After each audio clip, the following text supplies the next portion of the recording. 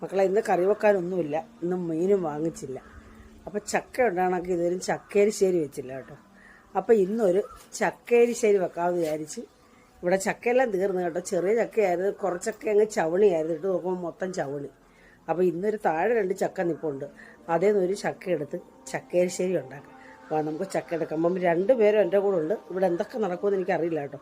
കിട്ടുകൊണ്ട് ടെടിയെ ഞാൻ അഴിച്ചു വിട്ടുള്ളത് തന്നെ അവൻ ഓടിപ്പോയി ടെസമ്മോളുടെ ഫുഡ് തിന്നു. അപ്പോൾ എൻ്റെ കൂടെ വരുന്നുണ്ട്. ബാബോനെ വാടാ, ടെടി വാ.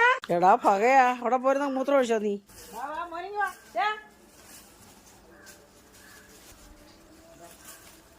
കുഞ്ഞു ചക്ക പൂനേനും മുടങ്ങുന്ന ഉണ്ടോന്ന് അറിഞ്ഞില്ല കേട്ടോ. ഇത് ഇവിടെ തന്നെ ഇട്ടങ്ങ് വെച്ച് കൊടുക്കാം. പിന്നെ അവിടെ നിന്നൊരു ചേമ്പല എടുത്തിട്ട് അതിൻ്റെ പുറത്തിട്ടാണ് കിട്ടിയ സമയത്തിന് ഓടിക്കളിക്കുന്നുണ്ട്. ആ മൂത്രം ഒഴിച്ച ചവിട്ടികളായതല്ല, കണ്ടില്ലേ? അപ്പോൾ പറയാനേ കണ്ടില്ലേ, 2 ദിവസത്തേക്ക് മുമ്പേ എടുത്തൊരു ചക്കയാണ് ആ കിടക്കുന്നത്. കാരണം ഇവിടെ എല്ലാവരും പരാതി പഴുപ്പിക്കുന്നില്ലെന്ന്, അങ്ങനെ ഒന്ന് പഴുക്കട്ടെന്ന് വിചാരിച്ചു. അപ്പോൾ ഇതെല്ലാം കട്ട് ചെയ്തപ്പോൾ ഇച്ചിരി കുഴപ്പമില്ലെന്ന് തോന്നുന്നു. നല്ല മണം അടിക്കുന്നുണ്ട് ആ ചക്കയ്ക്ക്. ആരും കഴിക്കത്തൊന്നുമില്ല, ഞങ്ങൾ പഴുപ്പിക്കാറുണ്ട്. എനിക്കത് ഇഷ്ടമല്ല, തിന്നാൻ പറ്റത്തില്ലല്ലോ പഴുത്തത്. എന്നാലും ഞാൻ കഴിക്കും കേട്ടോ. അപ്പോൾ ഇതെല്ലാം ഇവിടെ ഇട്ട് അങ്ങ് ഇളക്കിയെടുത്ത് മക്കളെ ഇത്രയും ആയി കിട്ടിയിട്ടുണ്ട്.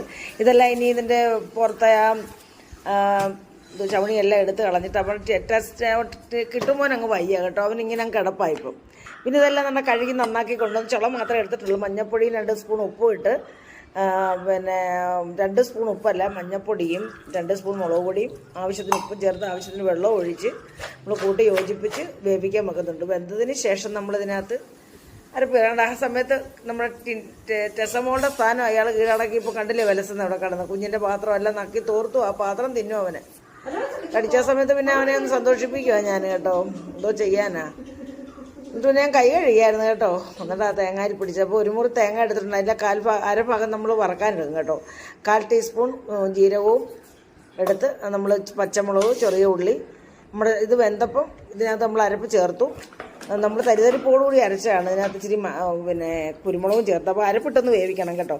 അപ്പോൾ വെന്തെല്ലാം കൂട്ടി ഇളകി കടുക് വറക്കുകയാണ്. 2 ടീസ്പൂൺ പിന്നെ വെളിച്ചെണ്ണ ഒഴിച്ച് വറ്റൽമുളക് ഇട്ട് കടുവിട്ട് തേങ്ങ ഇടുന്ന കാണിക്കാൻ വിട്ടുപോയി കേട്ടോ.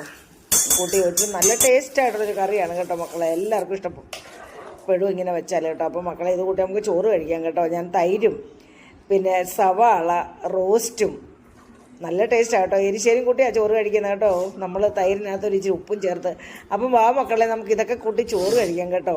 എല്ലാവർക്കും ഇഷ്ടപ്പെടുകയാണെന്ന് വിശ്വസിക്കുന്നു. അപ്പം എല്ലാവരും ഓടി വാ, അപ്പം നമുക്ക് ചോറ് കഴിക്കാം.